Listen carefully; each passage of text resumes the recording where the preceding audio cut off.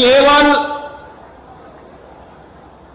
असमय जो सूखा पड़ता है, अतिवृष्टि का सामना करना पड़ता है, इससे तो हम बच ही पाएंगे।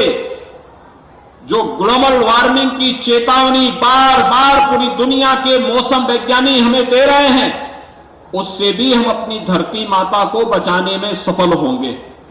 और इसीलिए आज के इस अवसर पर जब वन महोत्सव के इस कार्यक्रम के साथ हम जुड़ रहे हैं, मुझे बताते हुए प्रसन्नता है क्योंकि विगत 5 वर्ष के दौरान हमारी सरकार ने प्रदेश में 100 करोड़ से अधिक वृक्षों का रोपण वन विभाग, प्रदेश सरकार के सभी विभाग और जनता जनार्दन के सहयोग से पूरे प्रदेश के अंदर किया।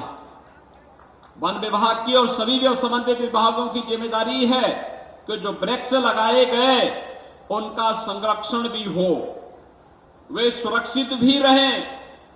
एक दूसरा, जो पहले से चली आ रहे पेड़ हैं उनको सुरक्षित रखने के लिए भी एक कार्यक्रम हम लोगों ने बनाया था कि 100 साल पुराने वृक्षों को हेरिटेज वृक्ष के रूप में मान्यता देते हुए उनके व्यवस्थित संरक्षण की व्यवस्था वन विभाग के माध्यम से पूरे प्रदेश के अंदर होनी चाहिए और इस दिशा में एक बड़े प्रयास की आवश्यकता है। अक्सर उन वृक्षों की कीमत को लोग अज्ञानतावश समझने का प्रयास नहीं करते। अगर हम इसको समझ जाएंगे तो स्वाभाविक रूप से किसी संभावित आपदा से भी बचाव करने में हमें मदद मिलेगी। और इसीलिए हेरिटेज वृक्ष चिन्हित करना और उससे प्राचीन काल के जितने भी वृक्ष हैं उन्हें बचाने की कार्रवाई के साथ आगे जुड़ना। एक बरगद के पेड़ की कीमत क्या है, एक पीपल, एक पाकड़, जामुन, देसी आम, नीम, ऐसे अनेक अर्जुन, अनेक ऐसे वृक्ष हैं जिनकी अपनी एक दैवीय उपयोगिता भी है। आपने देखा होगा पीपल को, बरगद को, पाकड़ को, इन सबको काटने की मनाही होती थी, नुकसान नहीं पहुंचाना चाहिए, क्योंकि ये तो मनुष्य के मित्र हैं, जीव सृष्टि के मित्र हैं। इन पर पूरी जीव परंपरा आधारित है, निर्भर करती है। लेकिन जब मनुष्य अपने स्वार्थ में आगे बढ़ता है तो वह इनको भी नुकसान पहुंचाता है।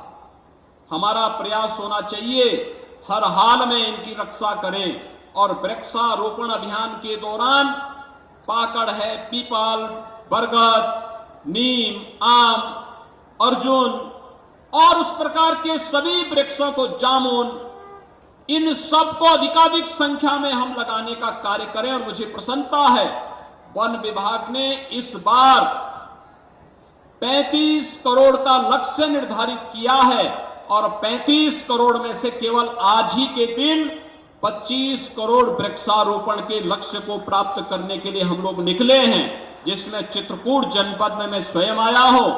हमारे बाकी प्रदेश सरकार के सभी मंत्रीगण, सीनियर अधिकारीगण अलग अलग जनपदों में जाकर के जनप्रतिनिधिगण, ग्राम पंचायत प्रतिनिधि से लेकर के हमारे माननीय सांसद तक हर एक जनपद में वृक्षारोपण महाअभियान के साथ, वन महोत्सव अभियान के साथ जुड़ करके इस महोत्सव को सफलता की नई ऊंचाइयों तक पहुंचाने का कार्य कर रहे हैं।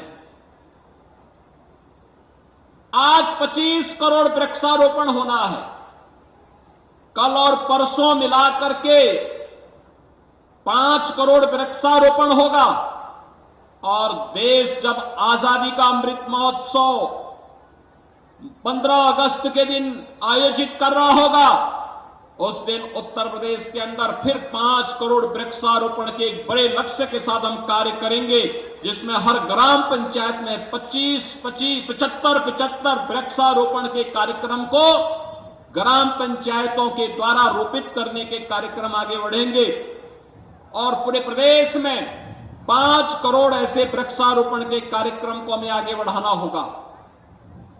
भाइयों बहनों, हमारी जिम्मेदारी बनती है कि परंपरागत वृक्षारोपण के साथ साथ फलदार वृक्षों को भी हम लगाएं। आम है, आंवला है, अमरूद है। हर गरीब घर के पास सहजन का एक एक पेड़ लग जाए तो सहजन उस परिवार के कुपोषण की समस्या का समाधान कर देगा। सहजन की सब्जी कितना प्रोटीन और विटामिन से भरपूर है। वर्ष में 2 बार आपको उसकी फली भी प्राप्त होगी, और यही नहीं, उसकी पत्तियों को अगर गाय को खिलाएंगे तो गाय भी पुष्ट होगी, ज्यादा दूध देगी। लेकिन हम इस औषधि को भी आज भूल चुके हैं। 60 लाख सहजन की पौध वन विभाग ने तैयार की है, और 60 लाख सहजन हम प्रदेश के अंदर फ्री में हर उस परिवार को उपलब्ध कराएंगे जो प्रधानमंत्री आवास योजना, मुख्यमंत्री आवास योजना में जिन्हें आवास मिले हैं, लेकिन उन्होंने अपने घर के सामने अगर सहजन का पेड़ नहीं लगाया है तो उसे एक सहजन का पेड़ देने का कार्य भी वन विभाग इस अवसर पर करने जा रहा है। 25 यानी कुल 35 करोड़ वृक्षारोपण का लक्ष्य इस पूरे सीजन में वन विभाग ने रखा है। एक बड़ा अभियान है, जन सहभागिता इसमें आवश्यक है, और मेरी आप सबसे अपील है, हम एक एक वृक्ष की रक्षा का दायित्व निभाएं। और मुझे प्रसन्नता है कि मैंने यहां पर अभी एक सज्जन को यहां सम्मानित